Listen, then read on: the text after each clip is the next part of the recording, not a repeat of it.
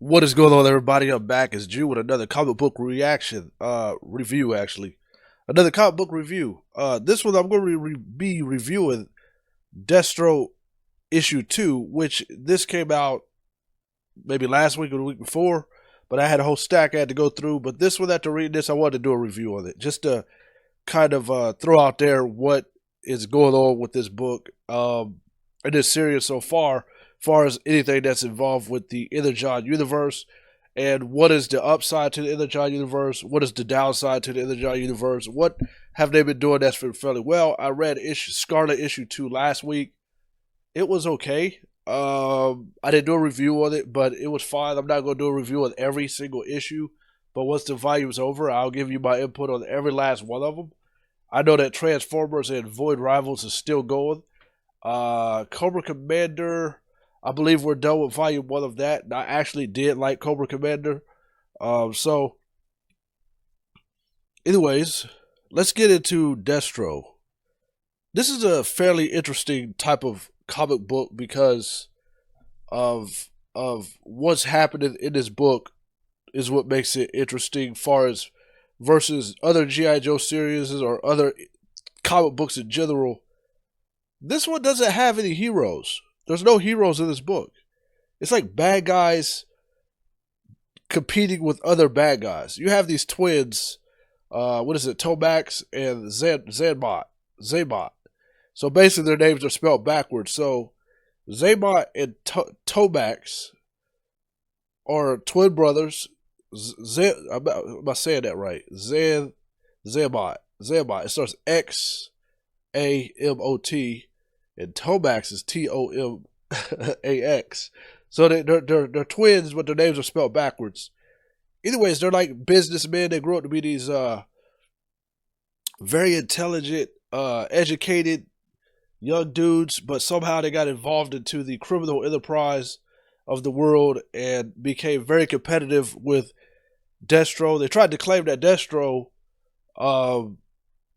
set up themselves to make them look bad, and then Destro's aware of them trying to take him out because of what they think the competition is, as far as Mars and weaponry. So they're both talking about each other to a sense in the story where they're explaining each other's side versus who this other person is that they're dealing with. Destro decided to set up a meeting in a odd location, and the twins threaten to take him out because they don't have a trust in him. And this book actually didn't have very much violence besides the storytelling of when they tried to take out certain compounds and weapon stations and areas where it was attacked, and then there was like these androids, and then Destro still has access to the energon, so he's able to create super bots. But there's fairly some interesting points going on in this book, and that's why I wanted to talk about it. It's not necessarily like it's a good story so far because it's something you don't see in a lot of books, but as of overall, it's just more of a, to me, it's a build up because I'm not gonna be overly happy and joyed about this issue, but what I'm enjoying about it is the fact that it's enemies versus enemies. I mean, no, bad guys versus bad guys. Not like hero versus hero versus villain, villains versus villains. And I would assume at some point they're going to end up either collaborating or they're going to take one's going to take each other out. I don't think Destro's going anywhere, by the way, so that'd be a spoiler if that's the case. Now I don't know how important these twins are later down the line. Maybe they would end up collaborating and teaming up. Maybe they'll get intercepted by the GI Joes. Maybe somehow Duke will get involved in this. Somehow Scarlet will get involved in it. We don't know. We don't know where this is, but we do know that Cobra Commander is involved in this a little bit. He was in issue 1, but I'm not sure where all of this is going.